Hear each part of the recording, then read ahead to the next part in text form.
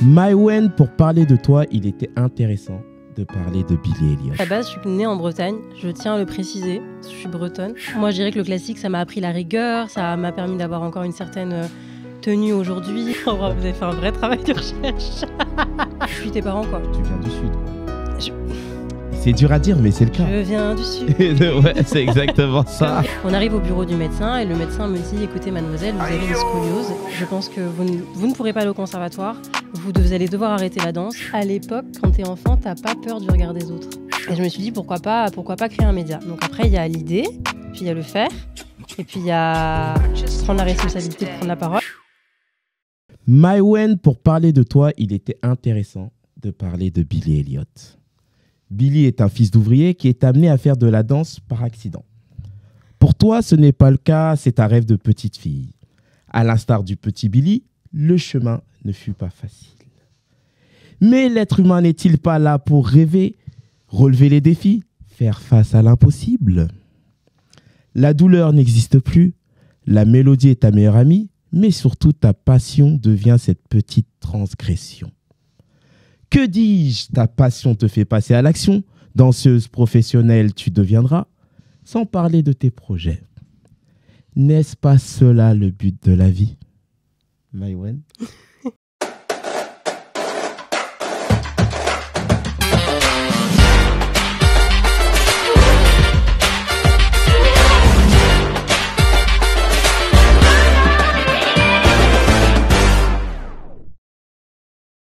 Donc Maïwenn, bienvenue à toi dans le Dansez-vous. Merci pour l'invitation. J'ai vu que tu avais grandi dans le sud, plus précisément à Draguignan. Oh, bravo, vous avez fait un vrai travail de recherche. Ouais. Tu peux nous parler un peu de ton enfance là-bas? Alors moi, à la base, je suis née en Bretagne, je tiens à le préciser, je suis bretonne. Ouais. Et j'ai grandi dans le sud parce que mon papa était militaire, donc on a beaucoup bougé en France. Et dans le sud, je suis arrivée à Draguignan quand j'avais à 5 ans. Et c'est là-bas que j'ai commencé la danse. J'ai commencé la danse à mes 7 ans. C'est ma maman qui m'a inscrite à l'école de danse, mais elle ne voulait pas m'inscrire à l'école de danse tout de suite parce qu'à l'époque, j'avais sauté une classe et il trouvait que ça faisait quand même beaucoup pour la même année. Déjà, il y avait un changement de classe, de m'amener dans une école de danse, etc.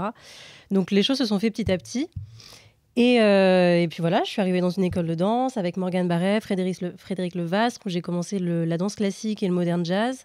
1 an après avoir commencé le classique, ma professeure de danse voulait que je parte vers Saint-Raphaël pour faire plus de classique. D'accord, ok. Et essayer de tenter les concours de l'Opéra de Marseille. D'accord, ok. Mais comme on savait qu'on allait redéménager avec le travail de mon père, cette fois-ci on repartait dans les terres bretonnes.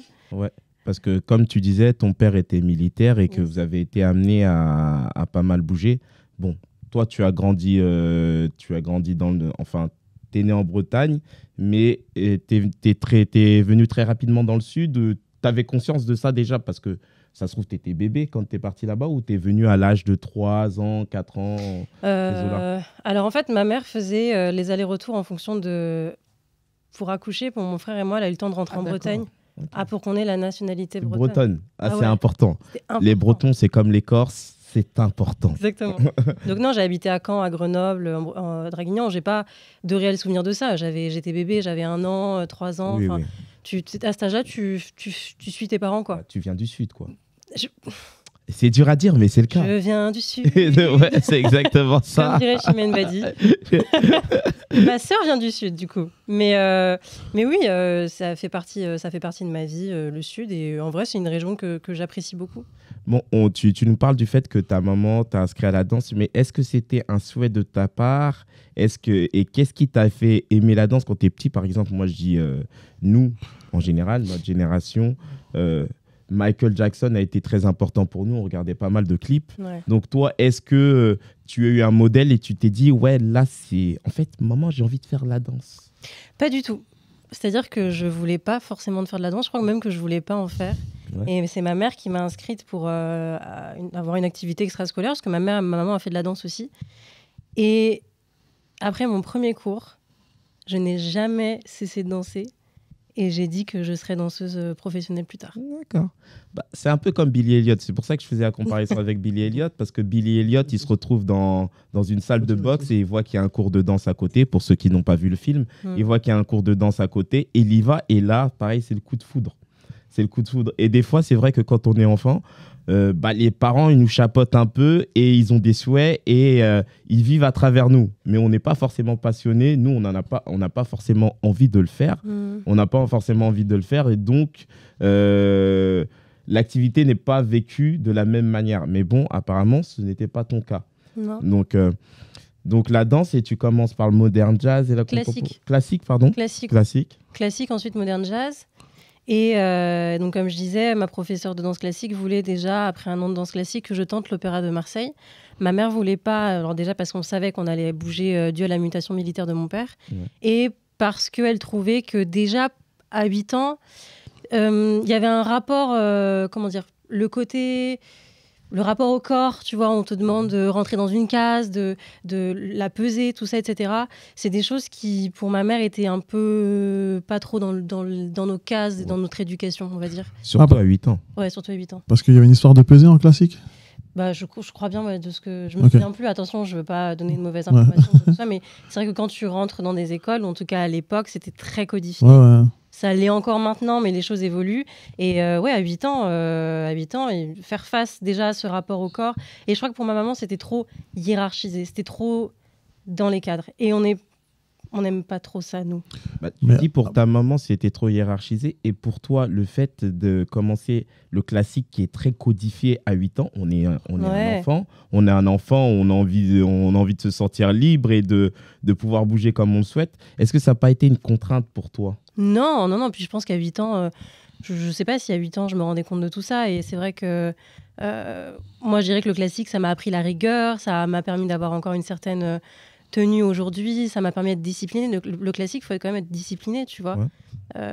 Donc, non, ça n'a pas été une contrainte du tout. On peut dire que tu étais un enfant doué, du coup, si on te propose de passer le conservatoire. Un enfant doué ? Ouais. Enfin, j'ai fait des tests de QI. Ouais, ok. Voilà. Je savais lire et écrire. J'ai sauté la grande section. Ça, c'est banger.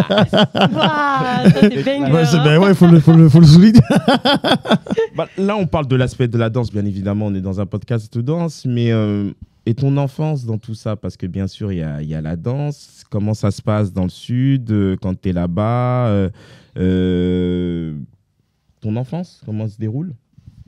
Joyeuse ? Ouais, moi je pense que j'ai eu une enfance joyeuse. Déjà, je pars du principe que j'ai mes parents qui m'ont donné un accès à l'éducation, qui m'ont permis d'avoir un toit sur la tête, qui m'ont permis de manger, juste déjà des bases, des fondements. C'est pas donné à tout le monde, je pense, tout ça. On n'a pas tous cette chance, entre guillemets, d'avoir accès à l'éducation. Moi, je remercie juste déjà mes parents pour ça. Donc, mon enfance, elle était joyeuse. Après, voilà, on a tous nos parents ont aussi leurs bagages qui nous transmettent, leurs peurs, peut-être leur colère, leur tristesse, etc. Que toi aussi, en tant qu'enfant, tu réceptionnes. Après, c'est à toi plus tard aussi, à l'âge adulte, de savoir ce que t'en fais. Mais je dirais que j'ai eu une enfance joyeuse.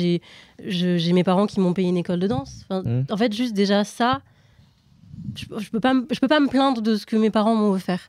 Et la petite Maïwen a été comment ? Moi ? Oui, toi. Toi. Différente. Je crois que je me suis toujours sentie un peu différente. Différente artiste ou différente juste ? Différente.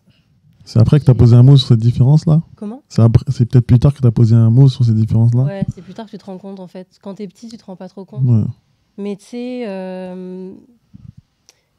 tu rentres pas dans les cases, tout ça, il y a des trucs qui m'ont... Tu te sentais différente dans le sens où tu pensais que les enfants, quand tu étais plus jeune, les enfants ne te comprenaient pas, ou c'est toi qui ne matchais pas avec eux dans le sens où tu te dis ok c'est cool mais je les comprends pas. Je crois que ça s'arrivait plus vers l'adolescence. Ouais. Quand tu sens que... Je trouve qu'à l'adolescence, le collège, les enfants sont... l'école, c'est une école de la vie. Je peux te dire que ça t'apprend beaucoup de choses. Non, mais c'est vrai. Il n'y a pas de filtre, les enfants. Tu n'as pas de filtre. Et c'est là que tu vois aussi l'éducation des parents. Parce que, quand je parle d'éducation, c'est le dialogue qu'il y a aussi en off. sur le harcèlement, sur... Ouais, c'est ça le problème. C'est vrai qu'on ne se rend pas compte que l'école peut amener des traumas et qui peuvent suivre tout au long de notre vie, en fait. Et ça. Donc, mais toi, est-ce que tu as vécu ces choses-là ou... Non, j'ai toujours eu des amis, même, tu vois, plus jeunes. Mais c'est vrai que plus au collège, où tu sens que, comme tu es un peu différent, peut-être que tu peux déranger. Moi, du coup, j'avais 1 an d'avance, donc je me retrouvais avec des personnes qui avaient 2-3 ans, des fois plus de mon âge. J'ai toujours aimé, en tout cas, moi, m'entourer, grandir avec des personnes plus âgées pour apprendre. Je sais pas, c'est un truc que j'aime apprendre. Comme je disais, je suis ultra curieuse et je vais instinctivement vers ces personnes-là. Du coup, à Draguignan, tu y es resté jusqu'à quel âge? Parce que je sais qu'ensuite, tu as fini par déménager. Ouais. Tu es resté jusqu'à quel âge? Mes 9 ans. 9-10 ans, et je suis arrivée en Bretagne à mes 10 ans. La séparation n'est pas trop dure? Quand tu quittes une ville où tu t'es fait des amis, tu t'es fait des rencontres? Ben, quand t'es enfant, si. Mais en fait, avec l'âge, avec du recul à l'âge adulte, je me dis c'est trop bien. Moi, c'est trop bien que mes parents ils m'aient offert cette école-là de la vie, tu retournes à un autre endroit, tu t'adaptes. Et en fait, ça m'a créé une certaine adaptabilité que du coup, je peux avoir dans tous les domaines de la vie. Il y a un problème, il y a une solution. Ouais. Tu quittes un endroit, tu quittes tes amis, tu vas t'en refaire. Et en vrai, c'est trop bien. Oui, quand t'es enfant, c'est difficile. T'arrives dans une cour d'école, faut que tu te refasses des amis. Mais en fait, tu te rendras compte, et je me rends compte aujourd'hui que c'est une force du coup, parce que j'ai cette adaptabilité-là. Et puis, le voyage est formateur. Complètement. Le voyage est formateur. Et puis maintenant, j'ai encore contact avec mes amis du Sud. Donc, et tu quittes Draguignan pour quelle direction? La Bretagne. La Bretagne. Pont-l'Abbé, d'où je viens. Pont-l'Abbé, d'où tu viens. Ouais. Alors, moi, j'ai fait mes recherches, bien évidemment, comme toujours. J'ai vu que tu avais tenté l'aventure de l'Opéra de Nantes. Le Conservatoire à Nantes. Le Conservatoire de Nantes, ouais. Conservatoire. Est-ce que tu dis la Bretagne parce que tu considères que Nantes fait partie de la Bretagne ou tu étais à Nantes pendant un moment? Non, après le Sud, après Draguignan, on est parti en Bretagne à Pont-l'Abbé. Ouais. J'étais pas à Nantes. Nantes, on a juste tenté, à mes 12-13 ans, on m'a proposé de tenter le conservatoire en danse classique, donc à classe à horaire aménagé. En gros, tu fais les cours scolaires le matin et après l'après-midi, tu as la danse. Tu vois. C'est une espèce de sport-études de la danse. Exactement. Sauf que je n'y suis pas allée pour des raisons de santé. D'accord. Voilà. Et ça, c'est un sujet dont je voulais traiter avec toi, dont je voulais parler avec toi. Donc, tu as eu des problèmes de santé qui t'ont empêché un petit peu de danser comme tu le souhaitais. Ouais. Et est-ce que tu peux nous expliquer un peu Yes. Bah, c'est très simple. Donc, pour le conservatoire, j'avais passé les auditions. J'étais prise il me restait une place à l'internat. Mon parcours scolaire, mon dossier scolaire était également bon. Donc, du coup, j'étais gardée aussi pour ça. Et il manquait la visite médicale. Et bon, bah, tu te dis, bah, let's go, de toute façon, il faut faire. Donc, tu coches, tu fais tout ce qu'il faut faire. Et arrivé à la visite médicale, j'ai une image, et je j'oublierai jamais. Tu sais, on te demande toujours d'enrouler. Tu sais, t'es debout, t'enroules, la tête vers le bas. Et j'ai ma maman en face de moi, le médecin derrière qui check ce qu'il a à checker.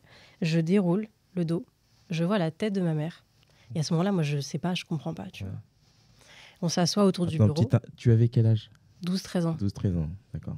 Je vois la tête de ma mère. Bon, je m'en fais pas plus de soucis que ça. Je me dis, pour l'instant, je sais pas. On arrive au bureau du médecin et le médecin me dit, écoutez, mademoiselle, vous avez une scoliose. Donc, on va devoir faire des tests pour savoir quel degré vous avez au niveau de la scoliose, pour la définir. Mais elle a l'air d'être très élevée. Donc, je pense que vous ne pourrez pas aller au conservatoire. Vous allez devoir arrêter la danse. Il va falloir que vous fassiez de la piscine, de la natation. Et voilà. Quand tu apprends cette nouvelle douloureuse, comment tu réagis? Est-ce que tu comprends tout de suite ou c'est en rentrant chez toi ou des semaines plus tard que tu comprends que tu vas peut-être être privé de ta passion et de ce que tu souhaites faire? Moi, j'ai réagi. Forcément, j'ai eu les larmes aux yeux. Ça m'a touchée. Tu touches du doigt un rêve et on te l'enlève. Ça fait mal. Mais j'ai pas écouté, c'est-à-dire ce que le médecin m'a dit. Moi, tu me dis tu vas arrêter la danse. En fait, t'es qui pour me dire je vais arrêter la danse? Tu vois, c'est une passion. Et on s'est rendu compte qu'on est quand même allé voir d'autres d'autres spécialistes, où j'ai d'autres médecins qui m'ont dit, mais il faut surtout pas que vous arrêtiez la danse. Parce qu'en fait, ça vous muscle. C'est ça qui va vous faire, en plus, le classique, ça va vous faire vous maintenir et aider votre dos à aller mieux. On allait voir une autre spécialiste, et là, la spécialiste de la scoliose, je suis allée dans un centre à Peraridi, à Roscoff, me dit félicitations pour le conservatoire, vous commencez quand? D'accord, ok. Tu sais, t'es là, mais moi, avec ma mère, on se regarde, et du coup, ma mère, elle dit, mais on a annulé le conservatoire. Et cette spécialiste, cette médecin me dit, mais vous savez, mademoiselle, une scoliose ne contre-indique en rien la pratique de la danse. Ouais, c'est vrai. C'est vrai. C'est pas la première fois que j'entends ce style d'histoire où les médecins te demandent d'arrêter et que... Le problème, qu'ils préconisent, même si eux, ils sont directement alarmistes et du coup... Parce qu'en fait, je pense que ils n'ont pas ce sens de la passion, de... C'est des pratiquants aussi. Ouais. C'est pas très exécutoire. Parce que même moi, j'ai un problème au ménisque, on m'a dit d'arrêter la danse, j'ai dit, et puis quoi encore? Mais tu es qui? En fait, je pense qu'il faut voir des médecins qui sont spécialisés dans ça. Quand il y a des soucis sportifs de danse et tout ça, c'est un médecin du sport qu'il faut voir, puisqu'il y a beaucoup de médecins qui ne connaissent pas vraiment la pratique d'un sportif ou d'un danseur et qui peuvent être amenés à faire des observations qui ne sont pas bonnes du tout. Pour revenir sur tout ça, il y a un truc qui m'intéresse. Bien évidemment, tu es très jeune, mais dans quel mindset tu te mets et tu te dis, bon, il m'a dit ça, je sais que je ne vais pas l'écouter. Comment je peux faire pour accéder à ce dont je veux? En utilisant encore une fois le négatif, la contrainte, on va dire, comme un avantage. Et c'est toujours de le tourner. Je pense que j'avais déjà ce mindset-là à l'époque de toujours foncer et toujours garder ma trajectoire. Et en fait, c'est très simple, parce que du coup, j'ai dû porter un corset pendant 2 ans. D'accord.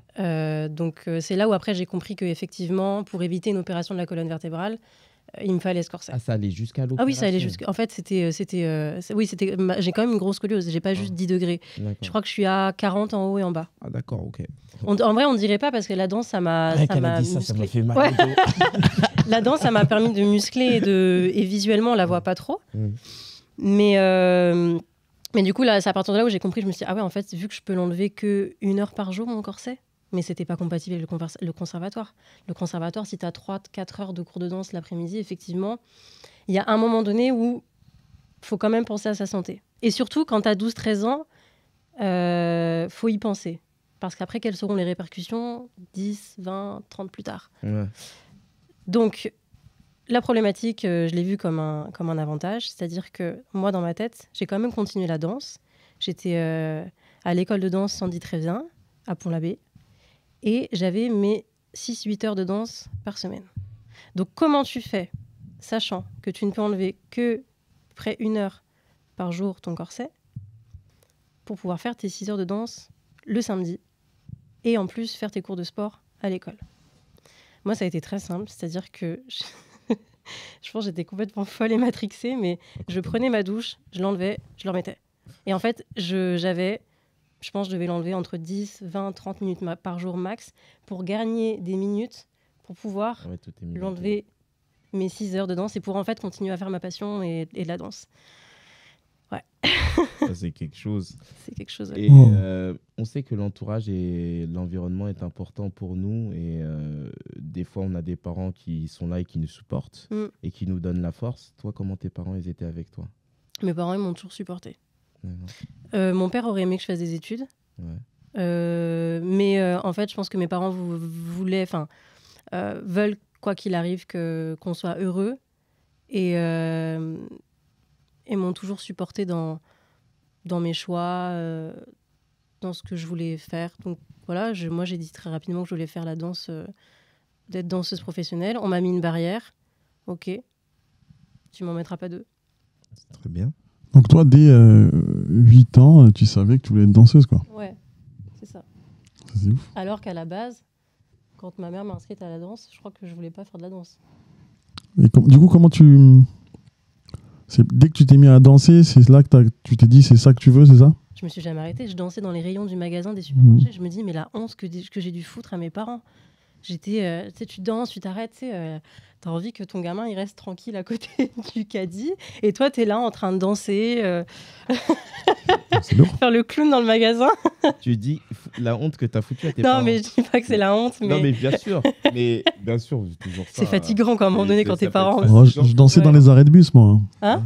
Je dansais sur les arrêts de bus. Bah hein. voilà, Ouais. ouais, c'est cool, je me sens moins seule. Non, mais je pense que quand t'es dans. Enfin, après, je sais pas, mais quand t'es piqué, tu te rends même pas compte que Ouais. t'es piqué, en fait. En réalité, c'est maintenant avec du recul, que tu peux analyser. Mm. Mais sur les mêmes parcours, moi, c'était la même chose, tu vois. Je dansais à l'arrêt de bus, et des fois, je montais, j'étais en nage, je voyais que tout le monde m'avait regardé. T'es dans ta bulle, tu vois. C'est comme si t'étais dans une sphère, tu vois. Et c'est drôle parce que à l'époque, quand t'es enfant, t'as pas peur du regard des autres.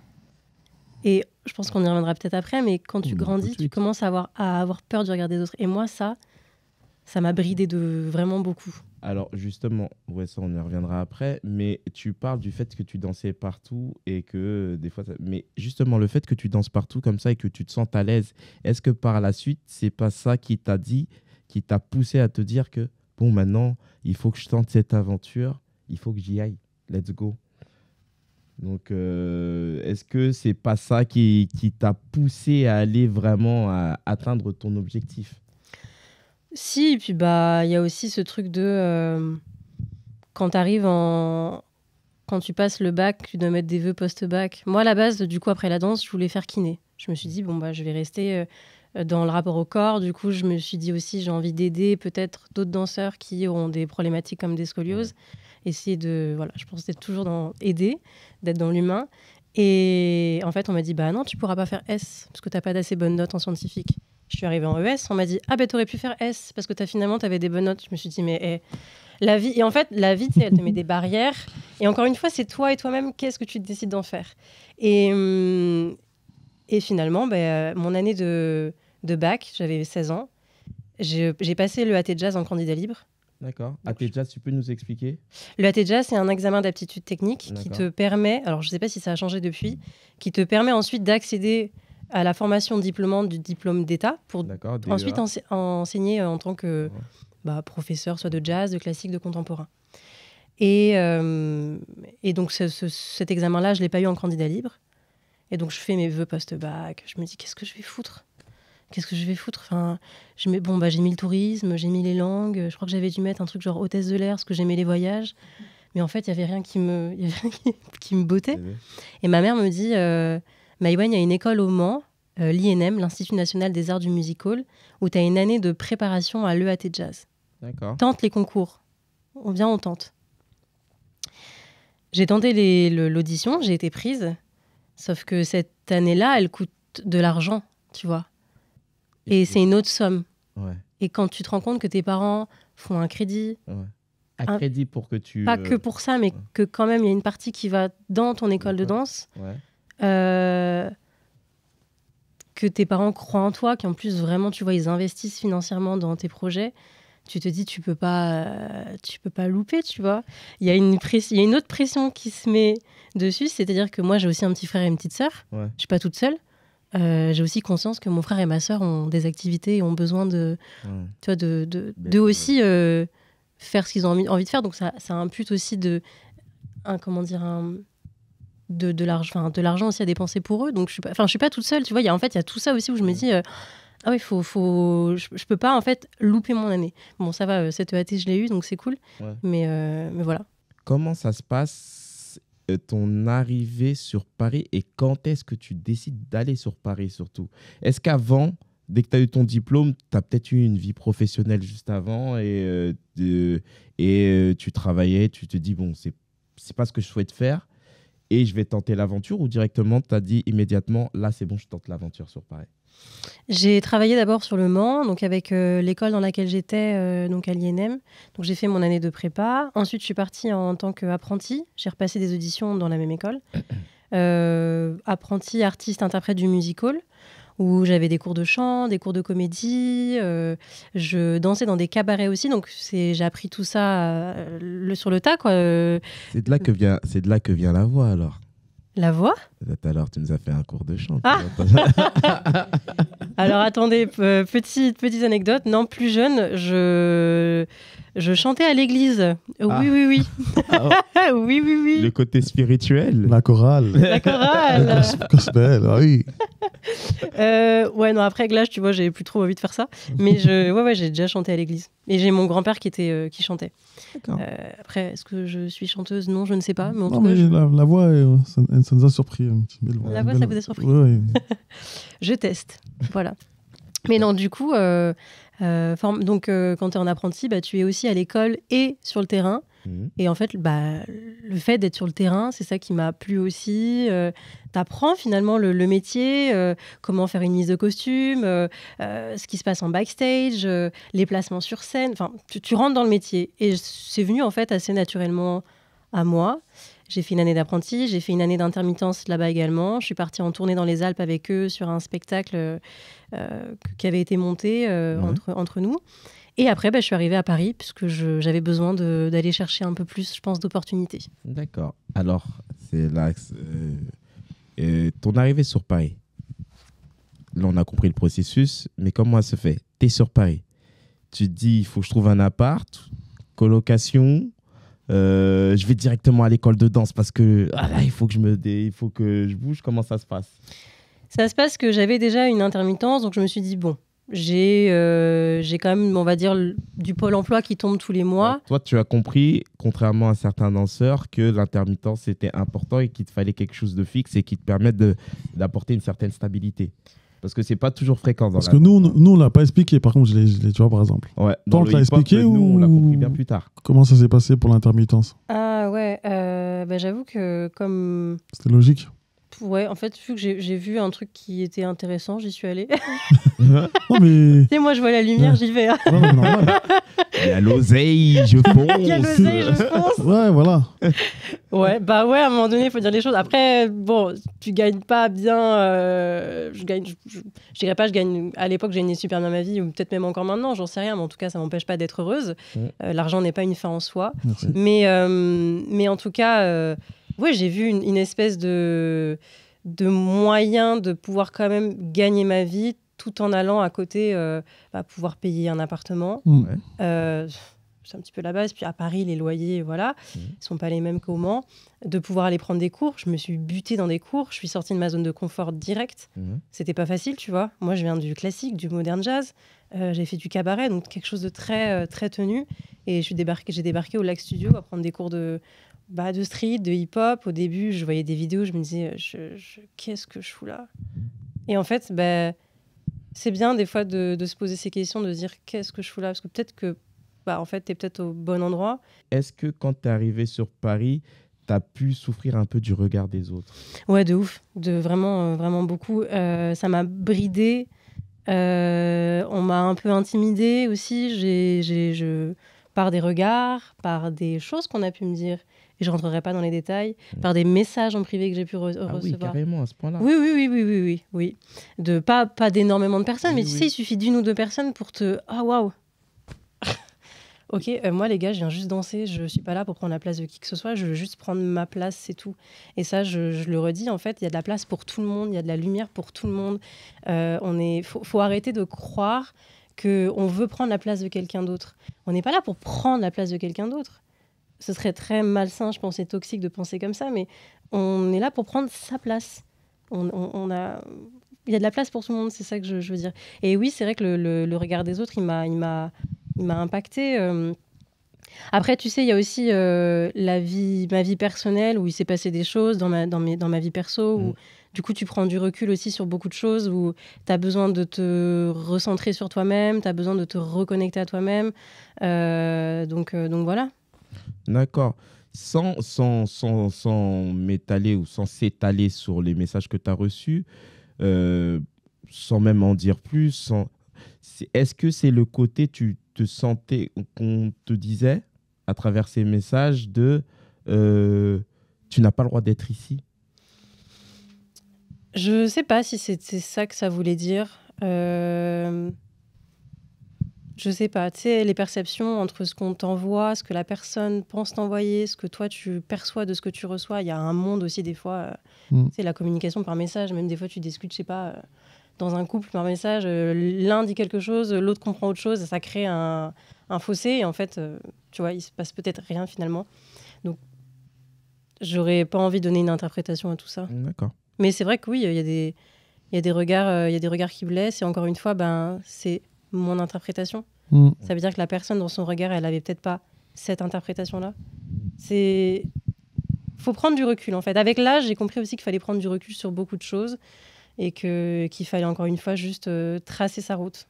Vraiment. Et je crois que j'ai eu un déclic cette année de me dire que en fait, je crois que je m'en fous de ce que les gens pensent.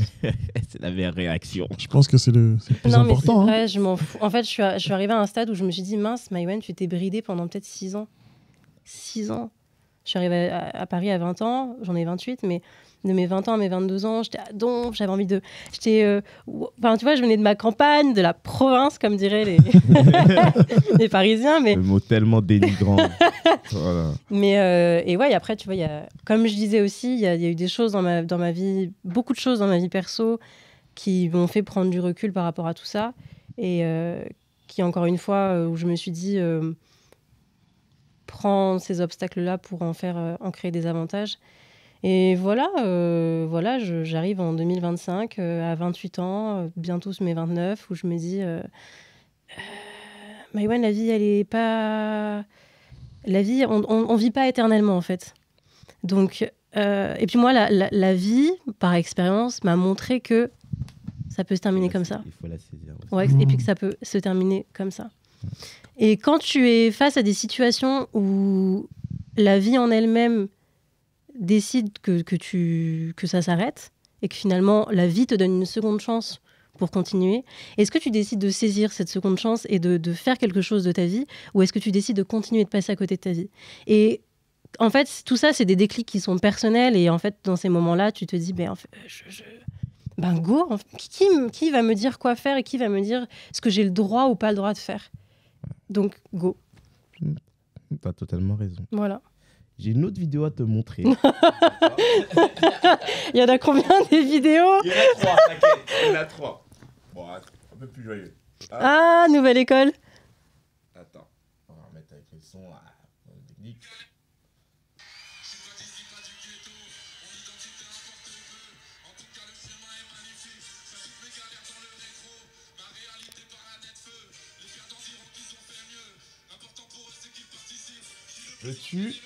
Peux-tu nous parler de cette expérience et en dire un mot?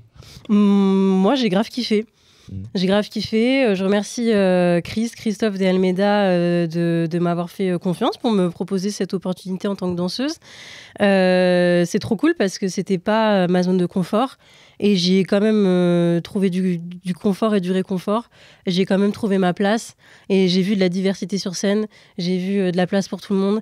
Et je sais pas, j'ai vu de la joie, des connexions humaines. Franchement, j'ai passé C'était un super tournage. Du coup, c'est du tournage plateau. Et voilà. Et quand tu dis que c'était pas ta zone de confort, c'est parce que c'est pas les danses habituelles que tu fais, c'est ça? Mais j'ai réussi dans tout ça à y mettre ma patte et ma personnalité. Ouais. Et en fait, ça n'empêche pas de rester soi-même et d'aller voir autre chose en même temps. Voilà. D'accord. D'aller ailleurs. Dernière vidéo. Ouais. Ah.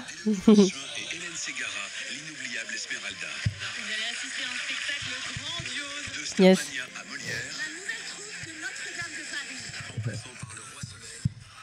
Peux-tu nous en dire plus? Donc Star Musical, c'est le moment comme on dirait c'est mon spectacle, pas du tout. Mais j'en fais partie et j'aime la troupe, j'aime l'équipe, j'aime l'idée qu'il y a derrière. Donc ouais, je vais en parler et c'est cool. On part en tournée à partir du 13 février aux Folies Bergères. C'est un spectacle qui retrace toutes les comédies musicales de Roméo et Juliette aux 10 commandements, à tout en fait, toutes les plus belles comédies musicales avec les chanteurs originaux des comédies musicales. Ah, ouais. D'accord. Et on est, c'est bon, je sais pas, on est une vingtaine sur scène, plus les musiciens. Ouais, j'ai vu la promo passer là. Et du coup, vous avez commencé les répètes, vous avez déjà joué ou vous avez joué la première là? L'année dernière, il y a eu des promos. Ok. En fait, la tournée devait se faire l'année dernière, elle a été décalée. Donc c'est trop cool qu'elle se fasse bien. Et on commence les répètes dans 2 semaines. Okay. Donc là, le 20 janvier. Ça va être charbon là. Ouais. Ça va être charbon, combien de dates? 30, je crois. Oh, c'est pas mal ça. On fait tous les zéniths de France, donc venez nous voir pour passer un bon moment avec nous. Ça danse, ça chante, ça joue la comédie. Voilà. On applaudit la promo, on applaudit la promo, les gars. Quelle promo! Elle a archi bien fait. Bon, on en a fini pour les vidéos. Alors, on a un concept, un jeu qui s'appelle « Et si ». D'accord? Et si, par exemple, la première question, que tu puisses comprendre, si tu devais aller manger un burger, avec quel danseur irais-tu? Ça peut être un danseur que tu connais ou que tu connais pas, ça peut être qui tu veux, d'accord? Donc, la première question, je la répète. Ok, ouais, Si tu devais aller manger un burger, avec quel danseur irais-tu? J'en sais rien. Je sais pas. Je suis forcément obligée d'aller avec quelqu'un? Pas forcément. En vrai, moi j'aime bien la solitude et j'aime passer des moments de qualité avec moi-même. Bonne réponse. Ou je dirais que j'irais manger un burger toute seule. Mais tu es une danseuse, donc avec toi-même. Avec moi-même. Ça fonctionne. Voilà, j'ai pas d'idée en tête. Si tu devais aller en soirée, avec quel danseur irais-tu? Félicia. Félicia Dotsé. Félicia, apparemment, tu es une bonne accompagnatrice de soirée, c'est que tu dois vraiment te lâcher. Si c'était la fin du monde, tu as le droit à un appel. Vraiment un appel. Quel danseur appelles-tu? Je pensais pas que tu allais me dire quel danseur, sinon je t'aurais dit ma famille, évidemment. En fait, si c'était la fin du monde, déjà, je pense pas que j'appellerais un danseur. Du coup, ce que je te disais, j'appellerais ma famille. Ouais. Voilà. Ma mère, mon frère et ma sœur. Logique en même temps. Maintenant, tu as un casting. Ouais. Tu dois avoir la meilleure des tenues. Quel danseur appelles-tu pour un conseil? Parce que tu te dis, ce danseur, il est trop stylé. Même si tu le connais pas, hein. Lui, je l'appellerais bien. Je pense à Kif. Kif et Kamé. Ah, Kif. Qui a un bon style. J'aime bien son flow. Et qui est très... j'ai l'impression quand même attiré par la mode. Donc ouais, je pense que je l'appellerais. Ok, très bonne réponse. Très bonne réponse. Nous avons fini. Mawen, nous avons été ravis de te recevoir, d'entendre ton parcours. J'ai 2-3 questions à poser. Deuxième question? Non, mais j'ai 2-3 questions à poser. Ah ouais. Tu as créé un média, du coup? Oui. Ouais. C'est important. Comment t'es venue l'idée de créer ce média et pourquoi l'avoir créé, en fait? J'ai créé Dance Lab dans un moment de vie qui était encore une fois pas très cool. Je sortais d'opération, je venais de me faire opérer la main suite à un événement personnel que pour l'instant je relate pas parce que je fais encore un travail dessus. Et tu sais, quand tu te retrouves blessé ou opéré ou en arrêt, quand tu es danseur, que tu te retrouves chez toi, sur ton canapé, à ne rien faire, tu te poses 10 000 questions. Ouais. Et à ce moment-là, je me suis posé une question qui a été comment continuer à exister en restant chez moi? Donc du coup, comment continuer à exister au travers des réseaux sociaux, quelque part aussi. Et ça faisait un moment que j'avais besoin de prendre la parole sur certains sujets, de libérer la parole sur tous les sujets, de désacraliser, de détabouiser certaines choses. Et je me suis dit, pourquoi pas créer un média. Donc après, il y a l'idée, puis il y a le faire, et puis il y a prendre la responsabilité de prendre la parole. Et c'est pas facile, ça demande beaucoup de courage, je dirais. Et voilà, de parler de tout ça. Et je voulais avant tout créer quelque chose que j'aurais aimé avoir moi-même en arrivant à Paris il y a 8 ans. Parce qu'à Paris, quand je suis arrivée il y a 8 ans, j'avais des représentations qui en fait ne sont pas forcément une vérité ou la réalité. Et c'est vrai que j'avais envie de me sentir un peu moins seule aussi à travers ce média et de voir que je suis pas la seule à avoir des peurs, à avoir des doutes, à me poser des questions. Donc voilà, en libérant la parole aussi, en offrant l'opportunité de le faire avec d'autres artistes, d'autres danseurs. D'ailleurs, pas que, parce que dans le podcast, il y a aussi des entrepreneurs. Je veux en fait mélanger la danse avec tout. Ben, je me rends compte que on se sent moins seul et ça permet de remettre un petit peu l'église au centre du village. Voilà. Génial. C'était une question que je voulais te poser, j'ai oublié. C'est pour ça qu'il sert à ça. Et je vais rebondir sur ça. Tu penses que quand on est danseur, on ne voit pas assez l'envers du décor et qu'on n'est pas prêt? Parce que ce qui est intéressant dans ton podcast, c'est que tu développes tout cet aspect de développement personnel, de prendre soin de soi, de se développer en tant qu'être humain d'abord avant de faire face à cette adversité. Tu penses que les danseurs en général, on ne va pas parler pour tous, mais ne sont pas toujours conscients des choses auxquelles ils font face? Oui et non, en fait. C'est-à-dire que je ne suis pas dans la tête des gens, donc je ne suis pas responsable de leur conscience. Mais je veux juste un espace bienveillant et humain pour dire, regardez les gars, en fait, avant d'être des danseurs, on est des humains. Et c'est ce qui ressort beaucoup dans le podcast. Et c'est vrai, en fait, avant d'être des danseurs et d'accepter que des fois on nous parle comme de la merde, je suis désolée, mais je vais le dire, en fait, derrière ça, il y a un humain. Il y a un humain qui va rentrer avec ça chez lui le soir et ça a un impact. C'est vrai, voilà. Tu as raison. Et c'est vrai que c'est important. Et j'aimerais rebondir sur ça encore plus, se respecter en tant que danseur. Se respecter. Se respecter en tant que personne.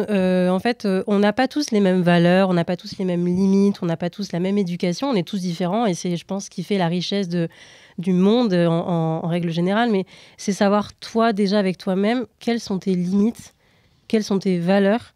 Et de te connaître, ça te permettra de savoir où est-ce que tu veux aller, d'être peut-être une meilleure personne.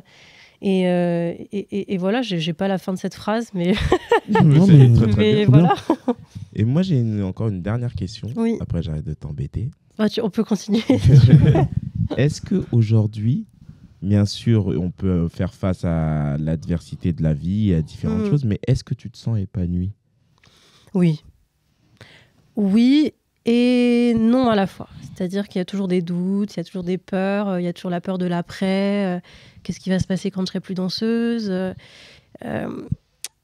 Mais je crois qu'à travers ce podcast, même si ça me demande beaucoup de temps, beaucoup d'investissement, je crois que je suis en train de trouver quelque chose qui me plaît et je suis en train de trouver ma voix VOUX et ma voix VOIE.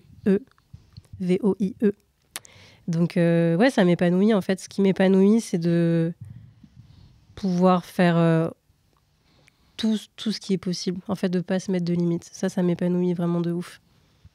C'est bien. Ça sera le mot de la fin, à moins que tu aies quelque chose à dire. Non, c'est bon. En tout cas, merci d'être venu nous voir ici dans Le Dansiez-vous. Notre nouveau plateau. Tu inaugures notre nouveau plateau. Merci de l'avoir inauguré. Et tu as peut-être un mot de la fin? Le mot de la fin, ce serait juste de dire, en fait, kiffez votre vie. Vivez pour vous avant tout. Ne vivez pas pour les autres. Encore une fois, on s'en fout du regard des autres. On s'en fout de ce que vont penser les autres. Ça reste leur avis. Et l'avis des autres n'est que l'avis des autres. Et ça, tu l'as appris avec le temps? Ouais, ça, je l'ai appris avec le temps. Mais tu sais, en vrai, là, je te dis tout ça et en fait, je me le redis aussi à moi-même. Ouais, je vais dire tout haut ce que je pense tout bas et dans ma tête. C'est ce que je me répète tous les jours et c'est ce que j'apprends avec le temps. Là, demain, je te dis, faites attention, ne prenez pas en considération le regard des autres. Mais ça se trouve, dans une semaine, je serai là à me dire, est-ce que je poste cette vidéo sur les réseaux sociaux? Parce que les gens vont penser ça, tu vois. Il y a toujours un petit... Ouais. Mais c'est bien d'en être conscient déjà. Il faut être conscient, en fait. Je pense qu'il faut être conscient des choses. Voilà. Merci beaucoup. Merci beaucoup, Maïwenn. Merci à vous.